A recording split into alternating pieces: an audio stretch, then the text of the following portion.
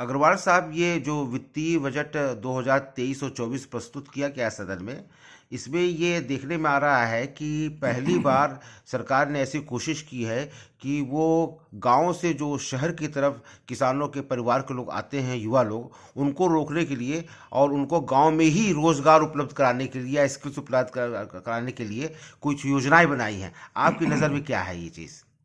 कृषि के लिए कितना सरकार कर रही है और युवाओं के लिए? इसमें मधुर जी, कृषि के क्षेत्र में कई महत्वपूर्ण घोषणाएं की गई हैं और वर्तमान में ये देखने में आ रहा है कि जो घोषणाएं होती हैं वो वास्तविक स्वरूप भी देखती हैं, केवल घोषणाओं के रूप में नहीं रह जाती हैं। कृषकों के बच्चों को कृषि के क्षेत्र में ही संलग्न होकर अच्छी आय अर्जित कर सकें, उसके लिए नई योजना की घोषणा की गई है। एक फंड बनाया जाएगा जिसका नाम रखा गया है एग्रीकल्चर एक्सीलरेटर फंड, और वो यंग एंटरप्रेन्योर के रूप में उन बच्चों को प्रेरित करेगा कि वे कृषि की जो प्रक्रियाएं हैं, उत्पादकता को बढ़ाना है, लाभ को बढ़ाना है, उसके लिए कौन कौन सी आधुनिक तकनीकी का प्रयोग किया जाए। तो इस फंड के माध्यम से ये तकनीकी विकसित की जाएंगी और युवाओं को इसमें संलग्न किया जा सकेगा, जिससे पलायन भी रुकेगा। इसके अलावा एक प्रधानमंत्री प्रणाम योजना का भी जिक्र किया गया है, ये क्या चीज है? प्रधानमंत्री प्रणाम योजना के रूप में ये बताया गया है कि इस योजना के तहत जो फर्टिलाइजर का बृहत स्तर पर उपयोग हो रहा है, जो कभी कभी लगता है कि उसका अधिक उपयोग ऐसी फसलों को प्रदान करता है जो स्वास्थ्य के लिए लाभकारी उतनी नहीं होती जैसा होना चाहिए। इस योजना के तहत इस फर्टिलाइजर के विकल्प तलाशे जाएंगे और उन विकल्पों को तलाश कर उपयोग में लाकर हम कृषि की उत्पादकता भी बढ़ा सकेंगे, जिससे देश की आवश्यकताओं को पूरा किया जा सके।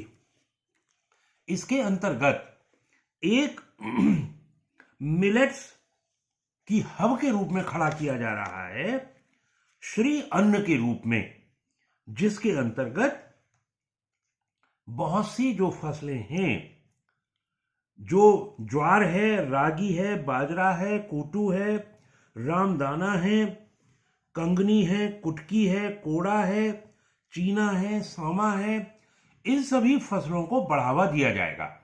और इधर देखने में आया है कि कई ऐसे फेस्टिवल भी लगे हैं जिसमें इन चीजों से बने हुए उत्पादों को प्रस्तुत किया गया है और लोगों ने उसको बहुत ही अधिक पसंद किया है।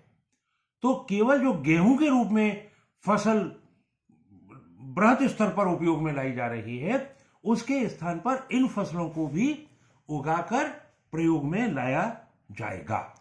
इसके अलावा बिचौलियों को भी रोकने की कोशिश की गई है, शायद कोई फंड बनाया गया है और लोन की भी व्यवस्था किसानों के लिए की गई है। शायद इसमें बजट में कुछ ज़्यादा की गई है पहले से। हाँ, बिल्कुल सही है।